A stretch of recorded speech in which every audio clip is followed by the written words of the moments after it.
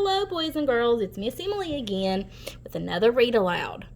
You've heard the story of the 3 little pigs and the big bad wolf. Well, have you heard of this story? This story is the true story of the 3 little pigs. This is the wolf side of it. So at the end of the story, be thinking about whose side are you on and whose side of the story do you believe? This is the cover of the book. The title is The True Story of the 3 Little Pigs, as told to John Sieska, illustrated by Lane Smith. Illustrated means that they drew the pictures. This is the cover page of the book. Everybody knows the story of the 3 little pigs, or at least they think they do. But I'll let you in on a little secret. Nobody knows the real story, because nobody has ever heard my side of the story. I'm the wolf, Alexander T. Wolf. You can call me Al. I don't know how this whole big bad wolf thing got started, but it's all wrong. Maybe it's because of our diet. Hey, it's not my fault wolves eat cute little animals like bunnies and sheep and pigs. That's just the way we are. If cheeseburgers were cute, folks would probably think you were big and bad too. But like I was saying, the whole big bad wolf thing is all wrong. The real story is about a sneeze and a cup of sugar. This is the real story. Way back in Once Upon a Time, I was making a birthday cake for my dear old granny. I had a terrible sneezing cold, and I ran out of sugar. So I walked down the street to ask my neighbor for a cup of sugar. Now this neighbor was a pig, and he wasn't too bright either. He had built his whole house out of straw. Can you believe it? I mean, who in his right mind would build a house out of straw? So, of course, the minute I knocked on the door, it fell right in. I didn't want to just walk into someone else's house, so I called, little pig, are you in?" No answer. I was just about to go home without the cup of sugar for my dear old granny's birthday cake. That's when my nose started to itch. I felt a sneeze coming on. Well, I huffed, and I snuffed, and I sneezed a great sneeze. And you know what? That whole darn straw house fell down, and right in the middle of the pile of straw was the first little pig, dead as a doornail.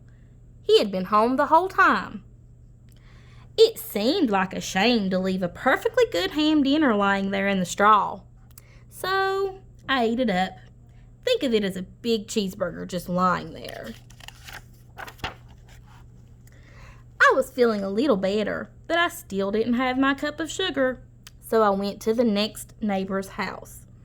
This neighbor was the first little pig's brother. He was a little smarter, but not much. He had built his house out of sticks.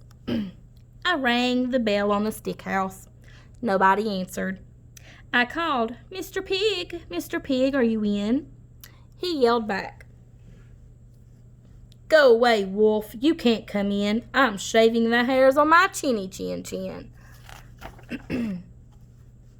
I had just grabbed the doorknob when I felt another sneeze coming on. I huffed, and I snuffed, and I tried to cover my mouth, but I sneezed a great big sneeze. And you're not going to believe it, but this guy's house fell down just like his brother's. When the dust cleared, there was the second little pig, dead as a doornail. Wolf's honor. Now, you know good food will spoil if you just leave it out in the open. So I did the only thing there was to do. I had dinner again. Think of it as a second helping. I was getting awfully full, but my cold was feeling a little better, and I still didn't have that cup of sugar for my dear old granny's birthday cake. So I went to the next house. This guy was the first and second little pig's brother, and he must have been the brains of the family. He had built his house out of bricks. I knocked on the brick house. No answer. I called, Mr. Pig, are you in? And do you know what that rude little porker answered? Get out of here, Wolf. Don't bother me again. Talk about impolite. He probably had a whole sack full of sugar, and he wouldn't give me even one little cup for my dear sweet old granny's birthday cake. What a pig! I was just about to go home and maybe make a nice birthday card instead of the cake when I felt my cold coming on. I huffed, and I snuffed, and I sneezed once again.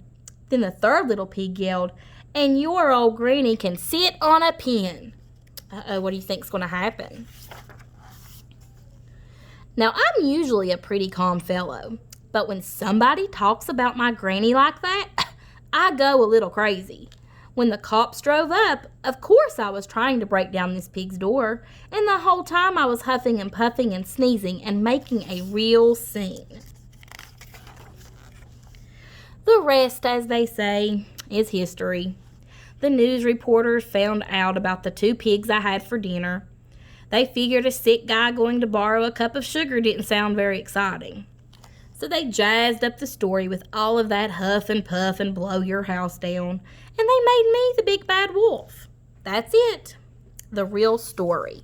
I was framed. But maybe you could loan me a cup of sugar. The end. So after hearing the wolf side of the story, whose side do you believe? The little pigs or the big bad wolves? Be sure to post your answers on Facebook or on our Seesaw page. We would love to hear from you. See you later, boys and girls.